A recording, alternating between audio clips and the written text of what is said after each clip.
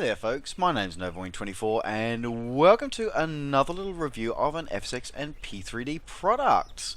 So today we're going to be having a look at the Blackbox Simulations L19 or 01 Birddog. So this is a recent release from them, but it has also then been recently updated to make sure we have full compatibility with Lockheed Martin's prepared version 4 as well. So I want to take this opportunity to have a look at it, have a look over some of the options and some of the extra features that got added in with the to all the platforms with the prepared version 4 update that came out recently. So first off, I want to say thank you very much to the wonderful guys over at Blackbox Simulations for providing me with the review copy of this aircraft.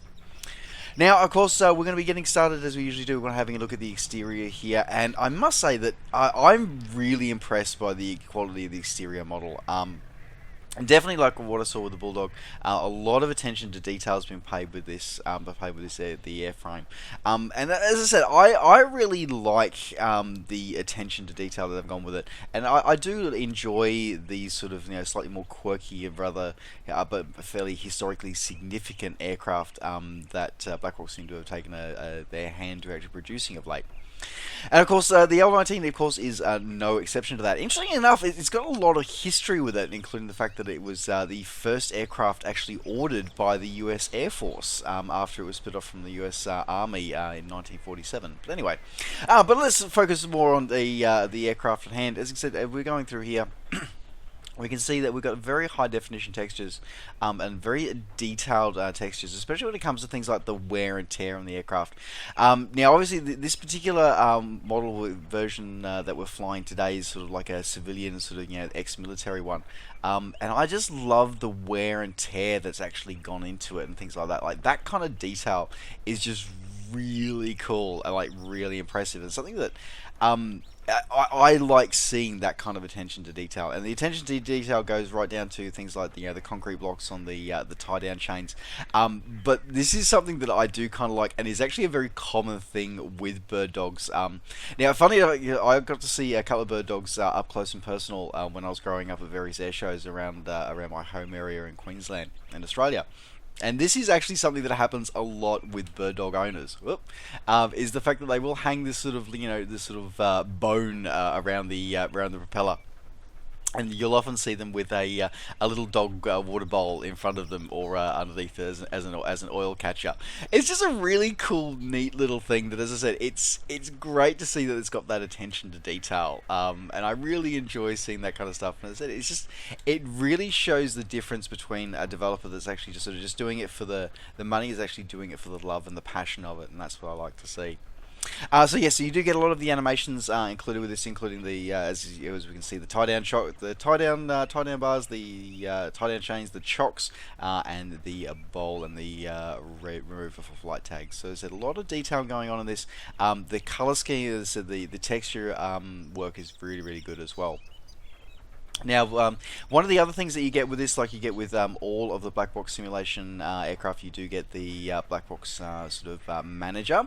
So what we'll do is we'll have a look. We'll go over to that now before we take off, and we'll go have a look at that, and so we can see all the different models that come with this package, and as well as some of the other features of that payload manager. So like the rest of the Blackbox fleet, it does interface with their pre-flight manager, which of course you do need to do to actually activate and to activate your actual copy of the aircraft, to actually sort of license it and make sure you don't just get the trial version. But once you do have it activated, you also can use it to actually manage your liveries and also manage the payloads and things like that. So of course, let's have a look at these. So these are the options that you do get with your Blackbox L19 Birddog. So you get you get the basic military ones. So you've got the L19 Birddog from the Marines. You've got a USA.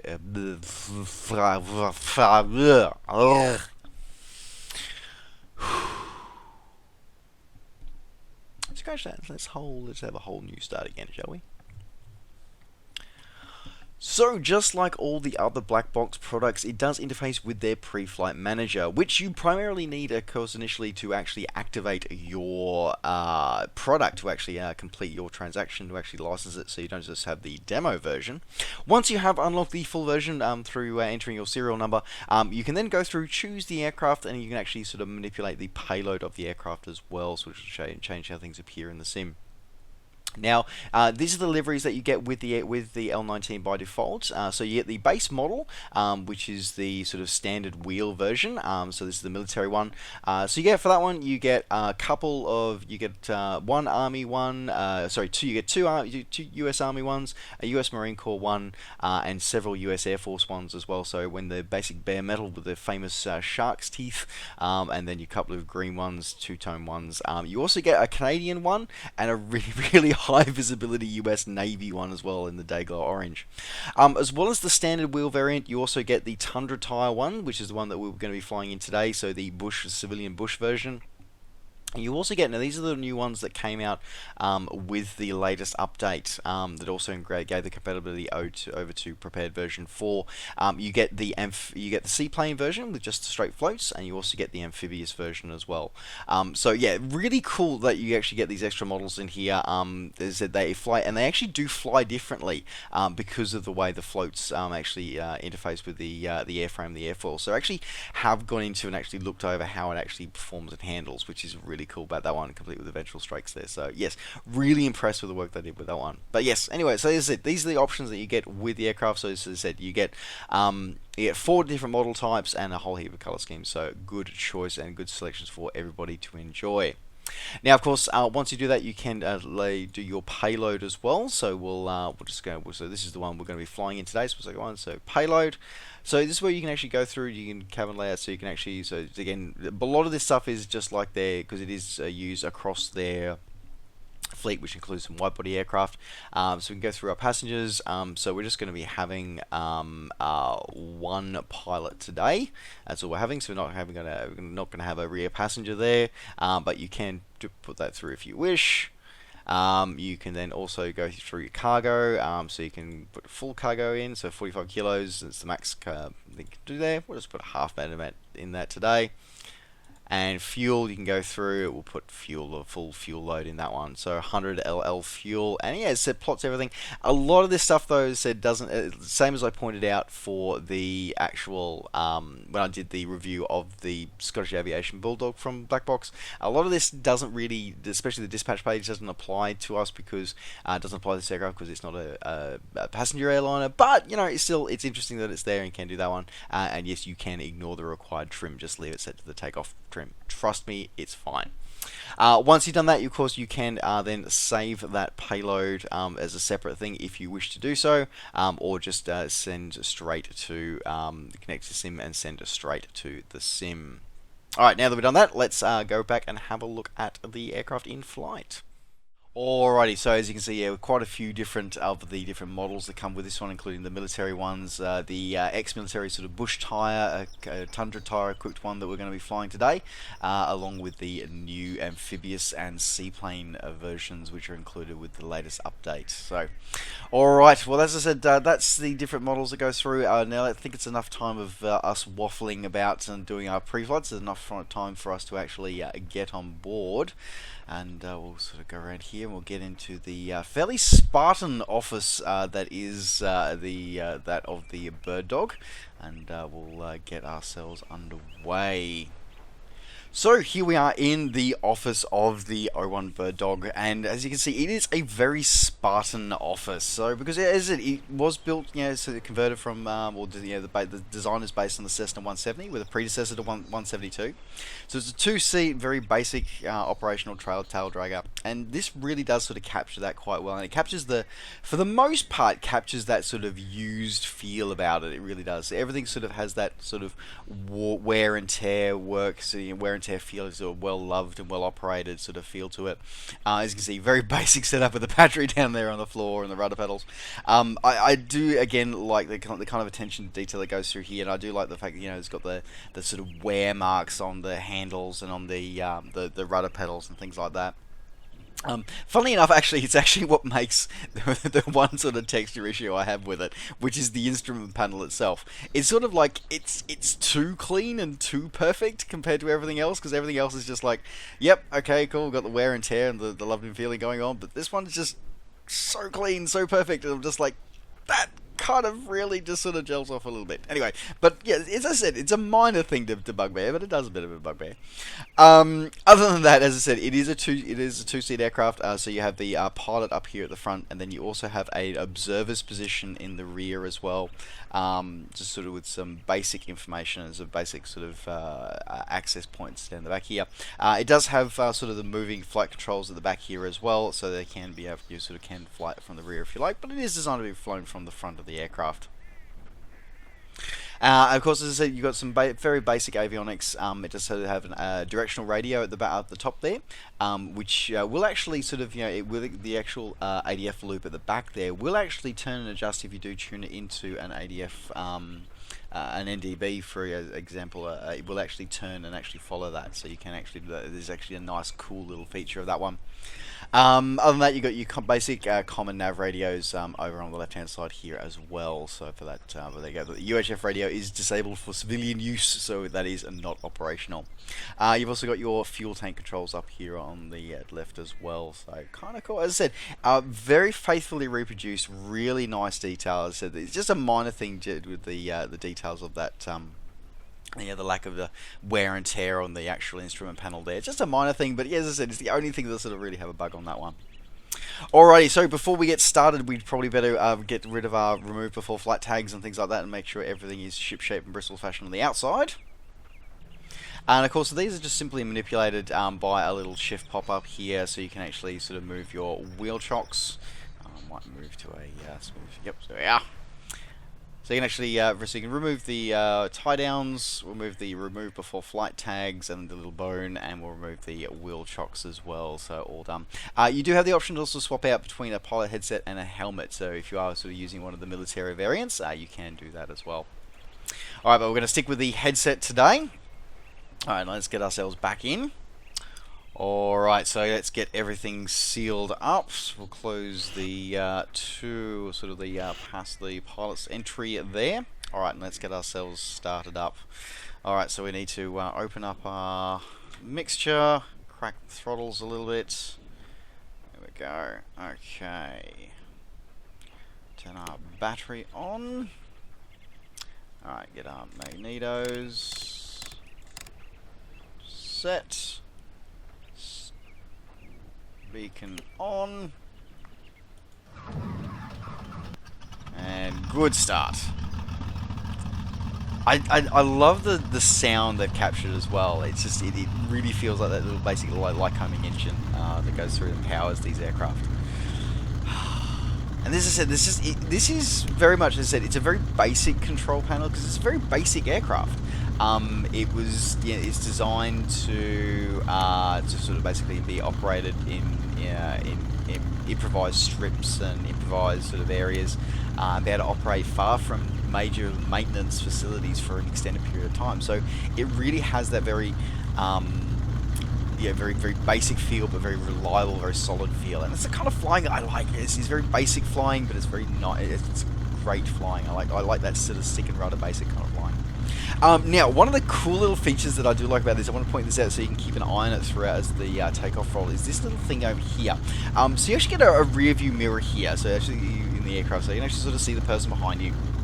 But what's really cool about how they've done this, and I've only ever seen this implemented, I think, on a Dino Cataneo aircraft, it's the only other place I've seen it, is where it actually takes a live view of what's behind you. It's maybe not be the most detailed view of what's behind you, but it is actually a reflection, a depiction of what is behind you, which is a really cool little thing to do. And that works in the FSX version, not just like the prepared versions. It does work in FSX as well, which is a really cool feature for that one, feat for the developers there.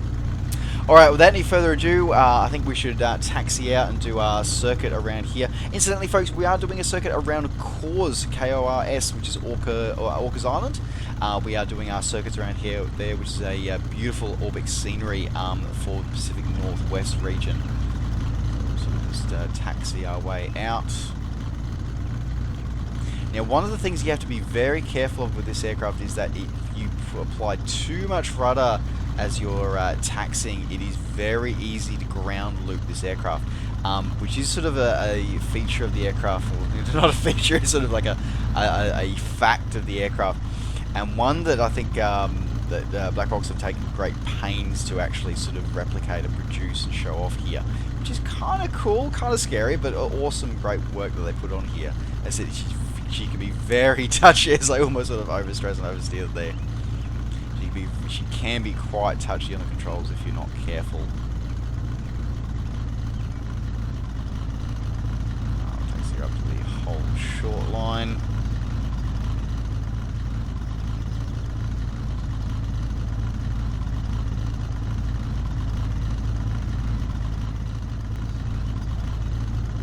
Alrighty, so we'll taxi out onto runway. Looks like we've got no other traffic in the air today, which is good.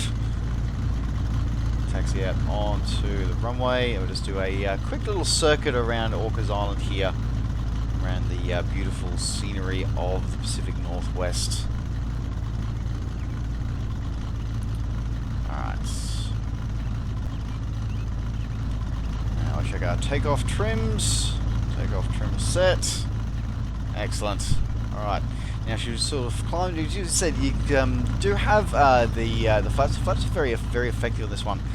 We should be able to take off with no flaps today.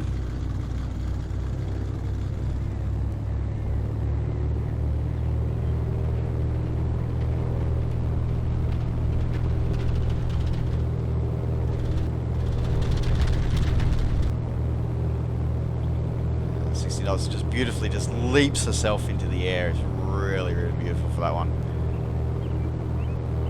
And something that I find with this aircraft is that she does naturally just want to take off. Like, she wants to climb. She really does. And that's something that, yeah, as I said, having experienced, I haven't actually flown in the L19, in the O1 Birddog, but I've seen a couple fly plenty, a lot when I was younger and growing up, and a lot of air shows as I was growing up, and actually a family friend actually owns one and keeps it out of Caboolture, which is kind of cool. And I don't know if you can see, but you can see just down there in that rearview mirror, you can actually sort of see the sort of the terrain changing behind it. As I said, it's not a high resolution sort of rear view image, but at least it actually does. It is dynamic and does actually change based on what's actually behind you, which is really kind of cool. As I said, it's just that nice little extra touch that I really enjoy, and just I think that shows when a developer really goes that extra mile sort of thing. So we'll just go over the airport here and back into the sound as we sort of plod through. We'll have another quick look at the exterior of the aircraft as we head on an extended downwind.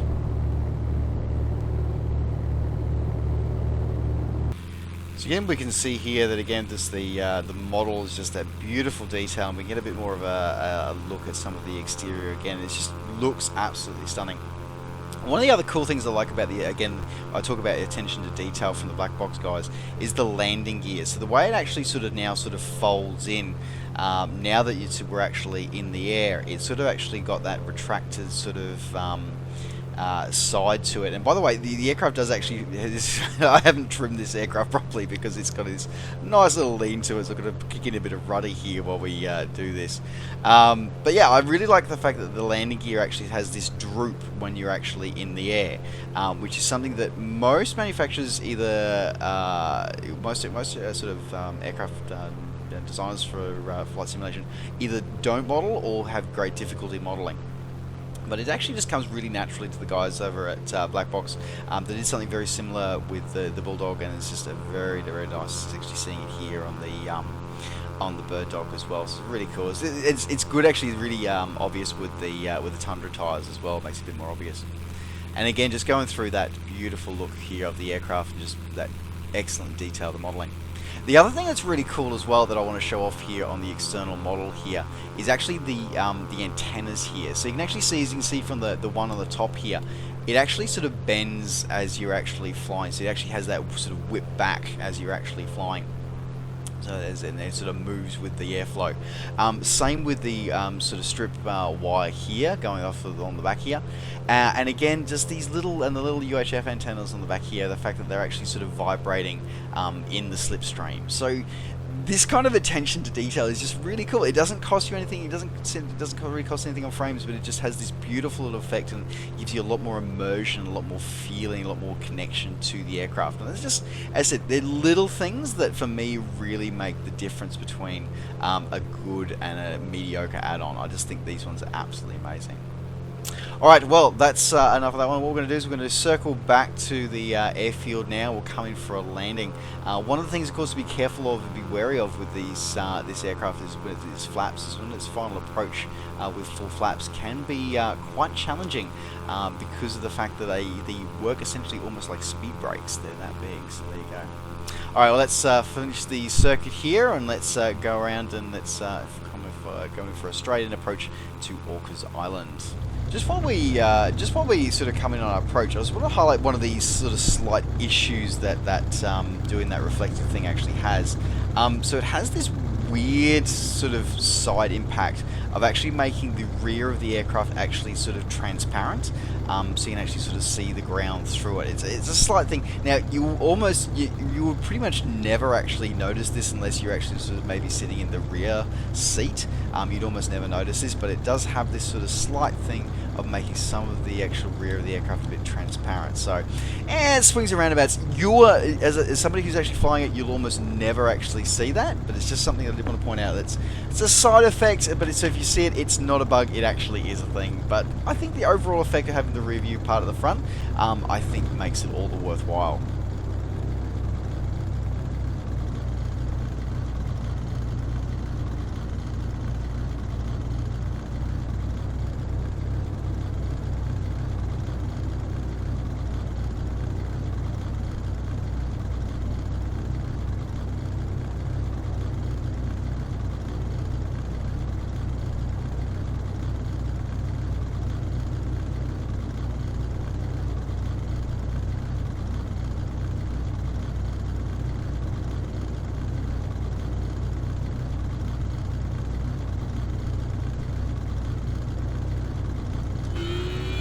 As we're coming in here, we sort of keep our speed fairly low, give our 30 degrees of flaps in. Don't think I might avoid using anything more than that. As I said, when you put the full sort of flaps in, the full sort of 50-60 degrees of flaps in, it essentially works like a massive air brake. We're going to be careful so you end up getting a. If you do it, you make sure you're putting power on as you actually put those flaps in. That's for sure. So we're aiming for about 50 miles per hour. Like that, is this miles per hour, not knots as well?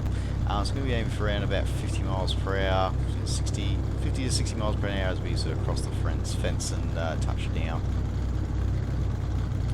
Of course, the challenge is always with the tail drag is aiming for a 3-point. This aircraft does prefer having a 3-point touchdown sequence.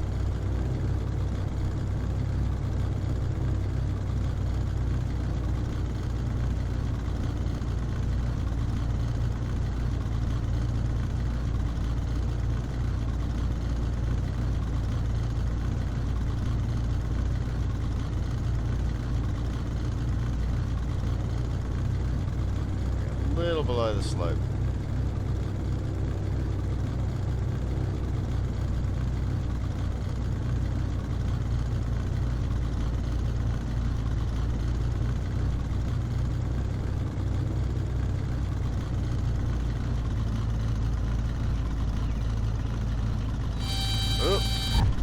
Oh.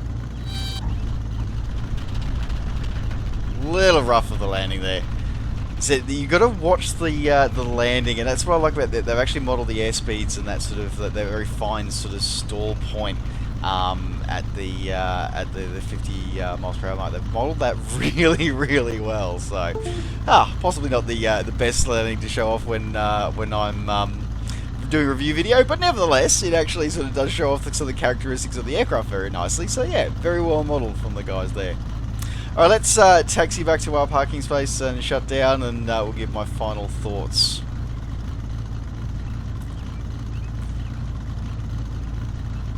Clean up the airframe there a little bit.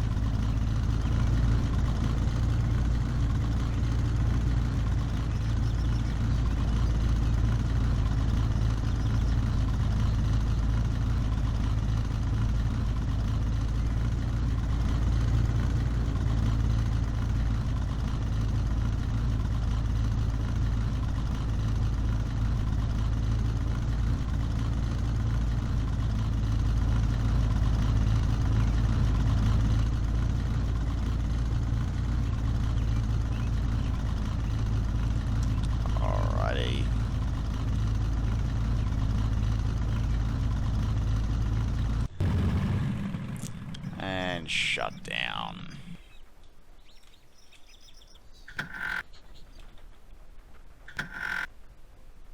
Alrighty.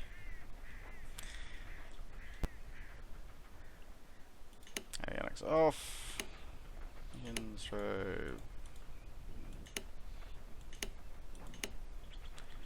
And all offline. There we go. Okay. So, final thoughts. Final thoughts, I think that this is a beautifully modeled, beautifully renditioned version of the L19 Birddog. It had its issues when it was first released, but the updates they've done to it, and now with the latest version, with the updates with the extra models for the amphibious airframe and the seaplane variant, really go to show that Blackbox has got a commitment to actually producing a good quality product. And despite a couple of bugbears that I have with it graphically, the actual sort of design and actual fundamentals of how it flies are rock solid and a really good representation of an aircraft that's very iconic and got a lot of sort of history in aviation, both in military and civilian life as well. So I would thoroughly recommend this one. I think it's a great, if you're into the sort of low and slow flying and it's something that's got a bit of interesting, unique history to it, I think you really can't go wrong with this product. So there you go. Alright folks, so don't forget, if you do want to pick this one up, you can pick this one either direct from the Blackbox Simulation website or from your favourite flight sim retailer, available now. And as we round out the review, I want to say one final thank you very much to the wonderful guys over at Blackbox Simulations for providing with me with the review copy of this one today. Alright folks, well thanks very much for watching. Don't forget as always to like the video and subscribe to the channel if you're enjoying these videos and want to see more. And of course, as always, you can catch up with me and all the things I'm up to between videos by finding me on Facebook and on Twitter. Just search NovaWing24. Alright folks, thanks very much for watching. Take care, safe skies to all, and we'll see you next time. Bye for now.